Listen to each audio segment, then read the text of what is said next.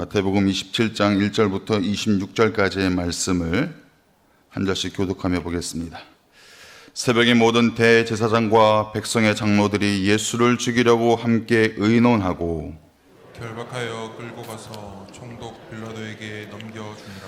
그때 예수를 판 유다가 그의 정죄됨을 보고 스스로 뉘우쳐 그 은 30을 대제사장들과 장로들에게 도로 갖다 주며 이르되 내가 무죄한 피를 팔고 죄를 범하였도다 하니 그들이 이르되 그들이 무엇이 내가 당하라 하거늘 유다가 은을 성소에 던져 넣고 물러가서 스스로 목매어 죽은지라.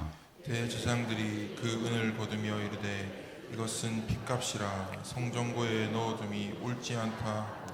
의논한 후 이것으로 토기장이의 밭을 사서 나그네의 묘지를 삼았으니 그러므로 오늘까지 그 밭을 피밭이라 일컫느니라. 이에 선지자 예레미야를 통하여 하신 말씀이 이루어졌나니 일러스되 그들이 그 가격 매겨진 자 곧 이스라엘의 자손 중에서 가격 매긴 자의 가격 곧 은 30을 가지고 토기장이의 밭값으로 주었으니 이는 주께서 내게 명하신 바와 같느니라 하였더라. 예수께서 총독 앞에 섰음에 총독이 물어 이르되 내가 유대인의 왕이냐? 예수께서 대답하시되 내 말이 옳도다 하시고 대제사장들과 장로들에게 고발을 당하되 아무 대답도 아니하시는지라. 이에 빌라도가 이르되 그들이 너를 쳐서 얼마나 많은 것으로 증언하는지 듣지 못하느냐 하되 한마디도 대답하지 아니하시니 총독이 크게 놀라워하더라. 명절이 되면 총독이 무리의 청원대로 죄수 한 사람을 놓아주는 전례가 있더니 그때 바라바라 하는 유명한 죄수가 있는데 그들이 모였을 때 빌라도가 물어 이르되 너희는 내가 누구를 너희에게 놓아주기를 원하느냐? 바나바냐 그리스도라 하는 예수냐 하니 이는 그가 그들의 시기로 예수를 넘겨준 줄 알미더라. 총독이 재판석에 앉았을 때 그의 아내가 사람을 보내어 이르되 저 옳은 사람에게 아무 상관도 하지 마옵소서. 오늘 꿈에 내가 그 사람으로 인하여 애를 많이 태웠나이다 하더라. 대제사장들과 장로들이 무리를 권하여 바라바를 달라하게 하고 예수를 죽이자 하게 하였더니 총독이 대답하여 이르되 둘 중에 누구를 너에게 놓아주기를 원하느냐? 이르되 바나바로소이다. 빌라도가 이르되 그러면 그리스도라 하는 예수를 내가 어떻게 하랴? 그들이 다 이르되 십자가에 못 박혀야 하겠나? 빌라도가 이르되 어찌 미냐 무슨 악한 일을 하였느냐? 그들이 더욱 소리질러 이르되 십자가에 못 박혀야 하겠나이다 하는지라. 빌라도가 아무 성과도 없이 도리어 밀란이 나려는 것을 보고 물을 가져다가 무리 앞에서 손을 씻으며 이르되 이 사람의 피에 대하여 나는 무죄하니 너희가 당하라. 함께 보겠습니다. 백성이 다 대답하여 이르되 그 피를 우리와 우리 자손에게 돌릴지어다 하거늘 이에 바라바는 그들에게 놓아주고 예수는 채찍질하고 십자가에 못 박히게 넘겨주니라. 아멘. 이 시간에는 희생을 담고 책임을 담다, 희생을 담고 책임을 담다라는 제목으로 오늘의 본문 말씀을 함께 묵상해 보겠습니다. 오늘 본문은 이렇게 시작을 하고 있지요. 새벽에 이 새벽에 우리 예수님은 대제사장들과 백성들의 장로들의 손에 결박당하시고 총독 빌라도에게 끌려가고 있다라는 것입니다. 당시 유대인들에게는 사형을 집행할, 사형을 판결할 권한이 없었기 때문에 대제사장들과 그들의 장로들은 예수를 총독 빌라도에게, 로마 총독 빌라도에게 데리고 가서 빌라도를 통해서 사형을 판결받고 그 판결에 따라서 예수를 십자가에 못 박으려는 의도를 오늘 보여주고 있다라는 것입니다. 오늘 본문에서 보시면 여러 사람들이 등장하고 있습니다. 가룟 유다, 대제사장들과 장로들, 그리고 총독 빌라도, 여러 다양한 사람들이 등장하고 있는데 각기 다른 사람들이에요. 그런데 이들의 이 보여지는 모습을 보고 있노라면 하나의 공통점을 발견할 수가 있다라는 것입니다. 이 사람들의 공통점이 무엇이냐? 다른 사람을 위해서 희생할 마음이 전혀 없는 사람들이에요. 그리고 자신에게 어떤 불이익이 있을 것 같다라는 생각이 들면 그 책임을 다하지 않는, 책임을 남에게 미루는 그런 사람들의 모습을 보여주고 있다는 것입니다. 사람의 그 완악한 모습들을 그대로 보여주고 있다라는 거예요. 그런데 단 한 분만이 그들과 전혀 다른 모습으로 우리에게 나타나고 있어요. 누구일까요? 예수님. 오직 예수님 한 분만이 다른 사람을 위해서 희생을 아끼지 않는, 그리고 그 사람들을 위해서라면 내게 어떤 불이익이 있어도 자신이 감당해야 될 책임을 끝까지 다하시는, 그 홀로 그 책임을 다 감당하시는 예수님의 모습이 보여지고 있다는 거예요. 여러 사람들의 등장인물들과 예수님이 정반대의 모습으로 오늘 읽은 본문에서 그려지고 있다는 것입니다. 먼저 우리가 살펴볼 그 사람은 유다라는 사람이죠. 오늘 본문에서 가장 먼저 등장하고 있는 그 유다라는 사람입니다. 3절과 4절 말씀에 보면 이렇게 말하고 있어요. 그때 예수를 판 유다가 그의 정죄됨을 보고 스스로 뉘우쳐 그 은 30을 대제사장들과 장로들에게 도로 갖다 주며 이르되 내가 무죄한 피를 팔고 죄를 범하였도다. 유다는요, 자기가 예수를 판 자신의 행동을 뉘우치고 있어요. 그리고 예수를 팔아서 얻게 된 은 30을 그대로 갖다 주고 있다라는 것이죠. 그런데 그 행동을 보고 있는 대제사장들이 뭐라고 얘기하고 있습니까? 그것이 우리에게 무슨 상관이냐? 네가 당하라. 무시를 해버리는 거예요. 예수 팔고 돈 받아갈 때는 언제고, 지금 와서 이거 돈 왜 돌려주는 것이냐? 네가 다 감당해라. 가론 유다의 그 행동을 대제사장들이 무시를 하고 있다라는 것입니다. 그것을 당하고 있는 유다는 모욕감과 또 인간적인 부끄러움을 가지고 그 마음에 심각한 그 연민을 가지고 스스로 목매어 죽어갔다라는 것을 오늘 설명을 하고 있다는 것이죠.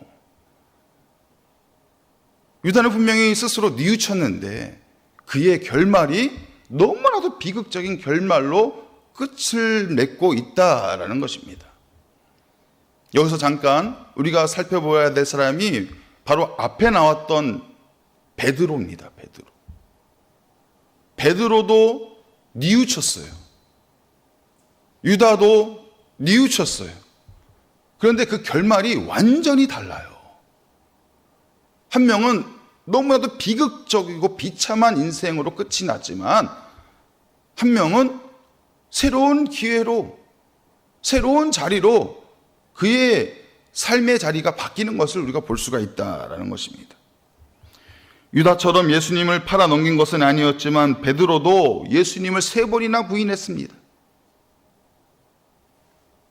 또한 예수님을 저주까지도 하였습니다. 그리고 나서 자신의 잘못을 깨닫고 그 바깥들에 나아가서 심히 통곡하였던 베드로를 우리는 알고 있습니다. 유다도 자신의 죄를 고백했지요. 스스로 뉘우쳤습니다. 은 30을 그대로 돌려주었습니다. 그런데 무엇이 달라졌을까? 여러분, 베드로는 실패의 자리에서 다시 회복되어서 사도의 자리로 나아갔잖아요. 실패의 자리에서 사명의 자리로 예수님께서 다시 그의 삶을 들어 사용해 주셨다라는 거예요. 하지만 유다는 어떻습니까? 뉘우쳤지만 스스로 삶을 마감하는 비참한 인생으로 끝이 났다라는 것입니다. 그러면 유다의 뉘우침과 베드로의 뉘우침이 왜 다른 것일까? 그 결말이 왜 다른 것일까? 신학자들은 이것을 2가지 헬라어로 설명을 하고 있는데요. 유다의 뉘우침은 메타멜로마이라는 단어를 써요. 유다가 뉘우쳤다라는 이때의 뉘우침은 메타멜로마이. 이것은 무엇이냐? 감정적인 후회예요. 감정적인 후회. 내 인간적인 후회. 그러지 말았으면 좋았을 텐데. 내가 너무 부끄럽다. 그런 감정적인 후회심을 말하고 있는 거예요. 베드로의 뉘우침 가운데 쓰여져 있는 단어는 메타노이아라는 단어예요. 메타노이아. 이 단어의 의미는 무엇이냐면은 돌이키다, 돌아서다, 방향을 바꾸다, 하나님께로 돌아오다라는 거예요. 그러니까 베드로의 뉘우침과 유다의 뉘우침이요, 근본적으로 다른 의미를 가지고 있다라는 것입니다. 유다는 자신의 죄를 인정했지만 그 죄를 가지고 예수님 앞에 나아가지 않았어요.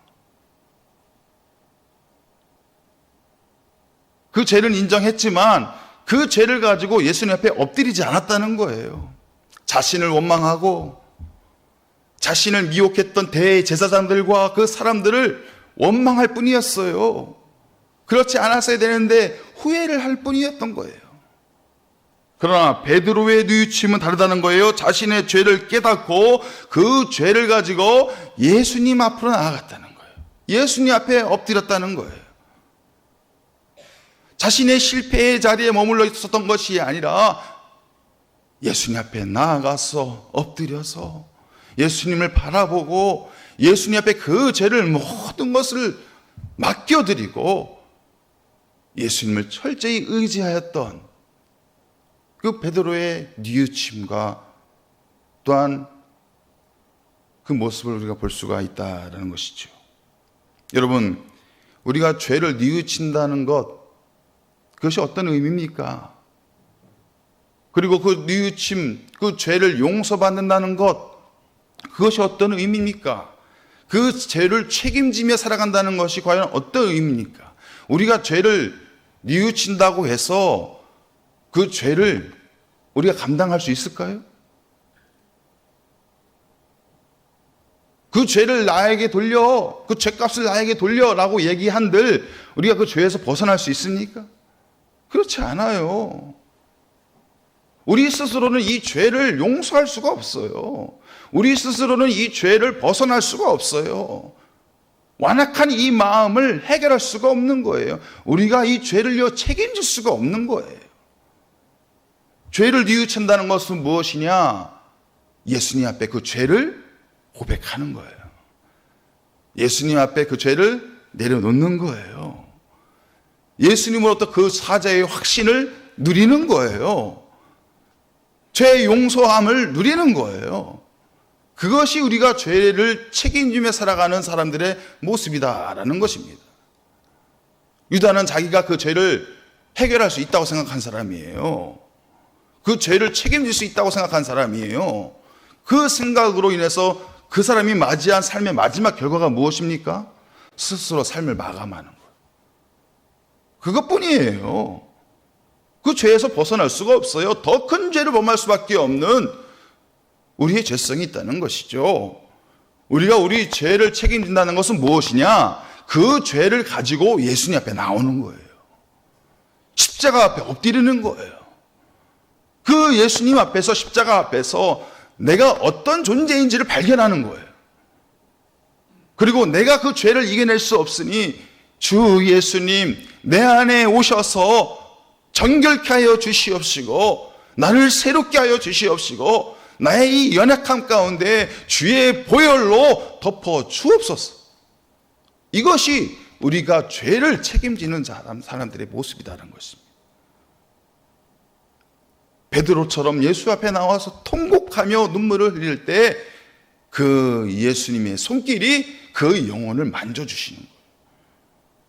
그리고 실패의 자리에서 머물러 있는 것이 아니라 다시 한번 사명을 이뤄갈 수 있는, 예수님을 바라보며 나아갈 수 있는 자리로 나아갈 수 있게 된다라는 것입니다. 다음 우리가 살펴볼 사람은 빌라도라는 사람이에요. 참 이 사람이 흥미로운 사람인데, 역사적으로 본다면 빌라도는 참 잔인한 총독이었어요. 그런데 오늘 말씀에서 보시면 이 빌라도가 처음에는 예수님 편에 서게 됩니다. 예수님에게 율법적으로 죄가 없다는 것을 이 사람은 알고 있었어요. 심지어 그 빌라도의 아내까지 꿈을 꾸고 나서 이렇게 얘기합니다. 저 옳은 사람에게 아무 상관도 하지 마옵소서. 예수님이 무죄하다는 것을 빌라도도 알고 있었고 빌라도의 아내도 알고 있었다. 심지어 꿈을 꿀 정도로 명백하게 예수님에게 죄가 없다는 것을 알고 있었다라는 거예요. 그렇다면 그 무죄한 예수님을 그냥 풀어줬으면 좋았을 텐데 빌라도는 예수를 풀어줬을 때 그 책임을 자기가 지는 것을 두려워했어.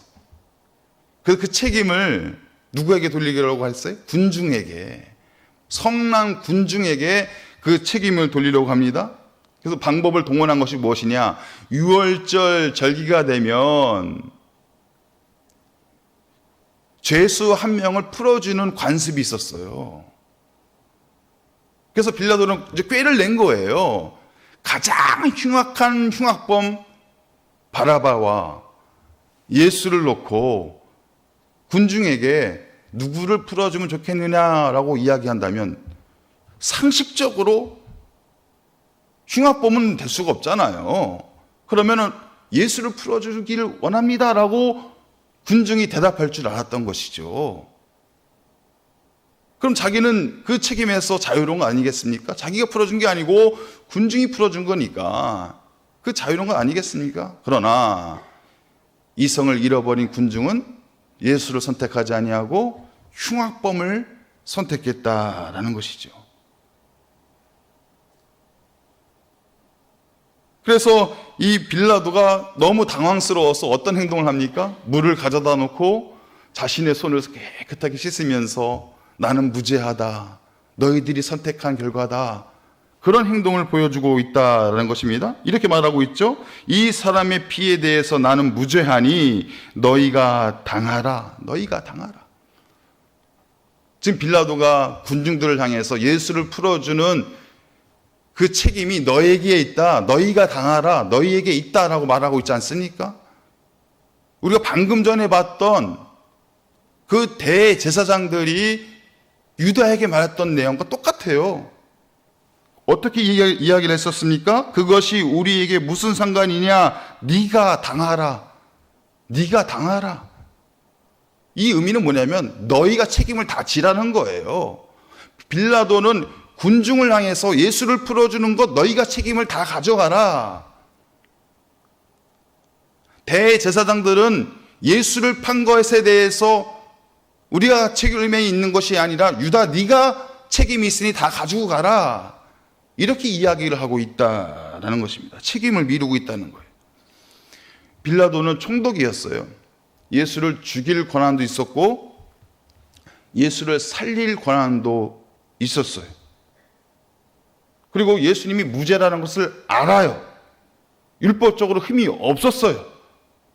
그럼 본인이 아는 대로 그 율법대로 예수님을 풀어주면 되는 것인데 그는 예수님에게 죄를 선고합니다. 십자가의 처형을 선고하고 있다라는 거예요. 그러면서 그가 하는 행동은 그냥 물로 손을 씻는 행동이었어요. 여러분 그 행동을 한다고 해서 그 책임에서 자유로울 수 있을까요? 빌라도가?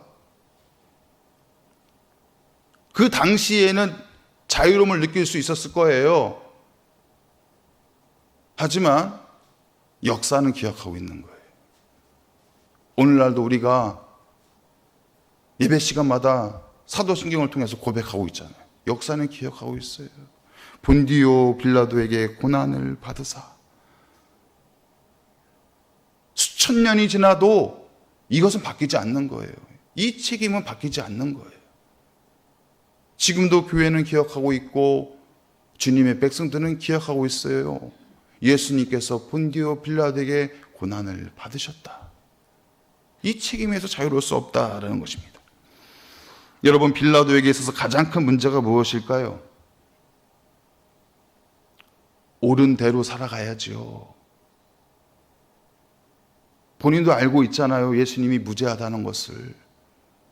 율법적으로 무죄하다는 것을 알고 있잖아요. 그럼 옳은 대로 살아가야죠. 우리에게 비춰볼까요? 우리도 말씀대로 살아가야죠. 율법대로 계명대로 살아가야죠. 그런데 문제가 무엇입니까? 옳은 것은 알지만 행동이 그렇게 나오지 않는다는 거예요. 말씀은 알고 있지만 말씀대로 살아가지 못하고 있다라는 것입니다. 오늘날 이와 같이 살아간 사람들을 얼마나 많이 볼 수가 있습니까? 분명히 옳은 걸 알아요. 그런데 그 옳은 대로 행동하지 않는다는 거예요. 그러면서 자신은 책임을 지려고 하지 않아요. 자신은 의로운 척해요. 그리고 남을 탓하는 거예요. 남을 탓하는 거예요. 이것이 오늘날 우리들이 살아가고 있는 이 모습이라는 것입니다. 무엇이 옳은지를 안다면 그 옳은 대로 생각한다면 그대로 판단하고 그대로 살아가야 되는데 그렇게 살아가지 않는다는 것입니다. 빌라도의 모습이 딱 그런 모습인 거예요. 책임을 지려고 하지 아니하고 자신은 무죄한 척하면서 다른 사람들에게 그 책임을 전가하는 그런 사람들의 완악한 모습들을 이 빌라도의 모습에서 우리는 발견할 수 있다는 것입니다. 우리가 교훈 삼을 수 있는 내용은 옳은 대로 살아가는 거예요. 거룩한 양심, 성도의 양심을 하나님께서 우리에게 다 주셨잖아요. 분별력이 있다는 거예요. 이 말씀을 우리가 늘 청종하고 말씀을 가까이 하다 보면 영적인 분별력이 반드시 생길 수밖에 없거든요. 그러면 이 분별력대로 내가 옳은 대로 살아가고 옳은 대로 행동하면 되는 거예요. 말씀대로 살아갈 수 있으면 되는 거예요. 그런데 문제는 항상 어디에서 나오느냐? 옳은 대로 생각한 대로 살아가는 것이 아니라 알면서도 그렇게 살아가지 않는 데에서 문제가 항상 벌어지는 거예요. 그러면 우리는 스스로를 포장하게 되지 않습니까? 나는 문제없는 척, 나는 의로운 척, 나는 거룩한 척 하면서 늘 남을 탓하고 살아가는 우리의 연약한 모습이 있다는 것이죠. 그 빌라도가 보여준 모습이 과연 우리의 모습은 아닌지 우리가 묵상하며 생각할 수 있어야 된다는 것입니다. 이제 반대로 이런 연약한 사람들의 모습과는 정반대로 희생과 또한 헌신과 그 책임을 홀로 감당하셨던 예수님의 모습을 살펴보겠습니다. 12절부터 14절까지의 말씀 우리 함께 봉독합니다. 12절부터 14절 시작. 대제사장과 장로들에게 고발을 당하되 아무 대답도 아니하시는지라. 이에 빌라도가 이르되 그들이 너를 쳐서 얼마나 많은 것으로 증언하는지 듣지 못하느냐 하되 한마디도 대답하지 아니하시니 총독이 크게 놀라워하더라. 아멘. 우리가 앞서 살펴봤었던 유다 대제사장들, 또 그들의 장로들, 또 빌라도 총독, 이 모든 사람들은요 책임 회피형 인물들이에요. 책임 회피형 인생을 살았던 사람들이에요. 다 자신들의 책임을 다 회피하고 남 탓으로 돌리는 사람들이에요. 그런데 단 한 분 예수님만이 어떤 모습이에요? 책임 완수형 인생을 살아갔다는 거예요. 책임을 완수했다는 거예요. 본인의 책임을 다 홀로 감당했다는 거예요. 아무리 억울한 상황이라도 그 책임을 완수하기 위해서 끝까지 항변하지 아니하고 침묵하고 계시는 예수님의 모습을 우리가 발견할 수가 있습니다. 여러분 지금 재판을 받고 있잖아요. 예? 신문을 받고 있잖아요. 재판을 받고 있는데 침묵한다는 것이 어떤 의미일까요? 말을 하지 않는다는 것이 어떤 의미일까요? 그것은 곧 나 스스로를 변호하지 않겠다는 거예요. 그럼 스스로를 변호하지 않겠다는 것은 무엇을 의미하는 겁니까? 유죄라는 거예요. 유죄. 분명히 예수님은 죄가 없으신 분인데 침묵하신다는 의미는 곧 내가 유죄라는 것을 받아들인다라는 것입니다. 여러분 어떻게 그럴 수가 있을까? 어떻게 당당하게 그 현장을 맞닥뜨리면서 침묵으로 그 현장을 감당할 수 있었을까? 그 마음에서는 얼마든지 항변하고 싶고 그들에게 대항하고 싶은 마음이 있었을 터인데 어찌하여 예수님만은 그 모든 인간적인 마음을 누르시고 한마디도 하지 않는 침묵의 길로 선택하신 것일까? 이유가 무엇입니까? 이유는 단 하나예요. 저와 여러분들을 구원하기 위해서. 그 이유밖에 없어요. 저와 여러분들을 사랑하시기 때문에. 내가 지금 이 입을 열고 한마디라도 하게 되면 이 구원의 역사는 이루어지지 않는 거예요. 율법적으로 죄가 없으신 분이거든요. 빌라도도 다 알고 있어요. 예수님이 한 말씀만 하시면요, 그 재판은 무효가 되는 거예요. 그런데 한 단어, 한 말씀도 하시지 않는 이유, 침묵하시는 그 이유, 우리를 구원하시기 위한 그 책임을 완수하기 위하여 그 길을 선택하신 거라는 것이죠. 예수님이 선택하신 침묵이 바로 그런 의미를 갖고 있다는 것입니다. 사랑하는 성도 여러분, 우리는 과연 어떤 인생을 바라보며 살아가야 될까요? 우리가 감당해야 될 책임을 회피하는 사람들의 모습이어야 될까? 아니면 아무리 힘든 상황이 내 앞에 펼쳐질지라도 내가 감당해야 될 책임을 완수하며 나아갈 수 있는 인생으로 살아가야 되는 것일까? 우리는 이 새벽, 이 아침에 우리 자신을 돌아보면서 묵상해야 될 줄 믿습니다. 예수님을 바라보시길 바랍니다. 세상의 완악한 사람들의 모습들이 우리의 삶의 교훈이 되는 것이 아니라 본인의 책임을 끝까지 이루기 위하여 어떤 희생도 마다하지 아니하시고 십자가 앞에서 당당하게 맞섰던 그 예수님의 마음, 우리의 각자의 삶의 자리에서 우리가 책임을 다해야 될 그 순간들이 있다면 그 예수님의 마음을 바라보며 예수님을 바라보며 나아갈 수 있는 우리 모두가 되시길 바랍니다. 예수님께서 책임을 감당하신 이유, 홀로 외로이 그 책임을 감당하신 이유는요, 저와 여러분을 사랑하시기 때문에, 저와 여러분을 구원하시기 위하여 하신 거예요.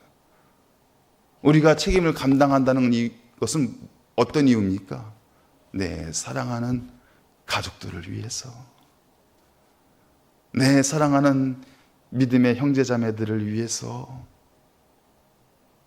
내가 그토록 사랑하는 우리 주님을 위해서 그 사랑의 마음으로 책임을 감당하는 거예요. 그런 신실한 마음으로 살아갈 수 있는 우리 모두가 되시기를 주님의 이름으로 축복합니다. 하나님 아버지, 이 새벽 오늘도 우리에게 말씀하여 주심에 감사합니다. 예수님께서 십자가 앞으로 나아갈 때 보여줬던 수많은 사람들의 모습이 우리의 모습은 아닌지 돌아보게 하여 주시옵소서. 예수님이 끝까지 입을 다무시고 침묵하신 그 이유, 바로 우리를 살리시기 위하여, 우리를 사랑하시기 때문에 그 고난의 십자가 앞에서 한 말씀도 하지 아니하시고 침묵으로 그 모든 책임을 담당하셨던 우리 예수님을 바라보며 나아갑니다. 우리를 사랑하기 때문에, 예수님이 아니라 우리 때문에 그 고난의 길을 선택하신 예수님의 십자가의 길을 우리 또한 살아가게 하여 주시옵소서. 내 사랑하는 가족을 위하여, 내 사랑하는 믿음의 형제 자매들을 위하여, 내가 그토록 사랑하는 우리 주님을 위하여 희생과 책임을 다 감당하며 살아갈 수 있는 주님의 백성들 다 되게 하여 주시옵소서.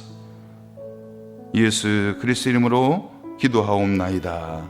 아멘.